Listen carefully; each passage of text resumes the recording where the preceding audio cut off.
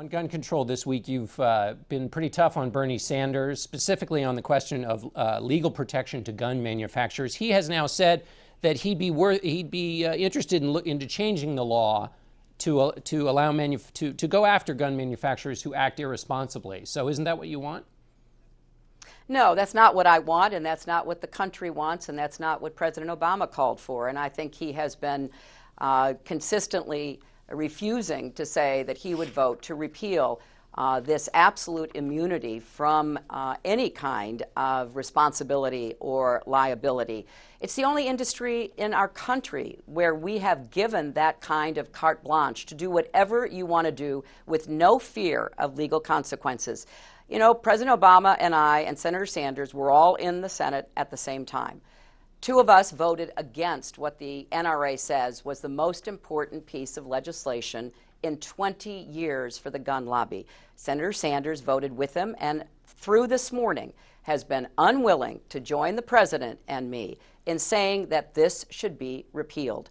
That has to be the effort that we all are behind. And, you know, he often says, well, look, I'm from Vermont and, you know, that's different. It's not like being in New York City.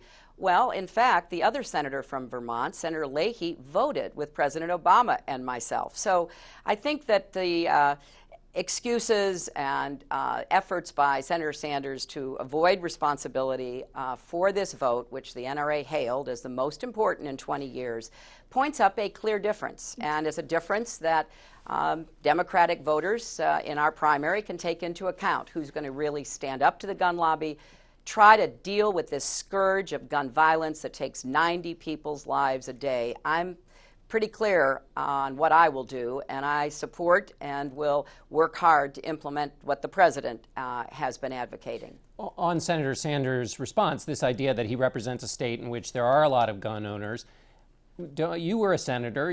Aren't you sympathetic to that? I mean, you said you represented Wall Street, and that's what shaped your views on certain Wall Street policy, and you suggested that as president you'd be different than you did as senator when you were representing a state with a constituency. So why isn't it fair for Bernie Sanders to say, as president, I would be different than I would as a senator representing a state with a lot of gun owners?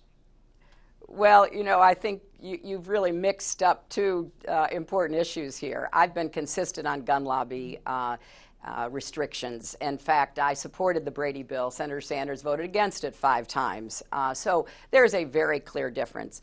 And when it comes to Wall Street, yes, I represented New York, and I was proud to do so. And I took on Wall Street. I'm the person who came out against, derivatives. I'm the person who came out calling for restrictions on CEO pay, which thankfully got into the Dodd-Frank bill.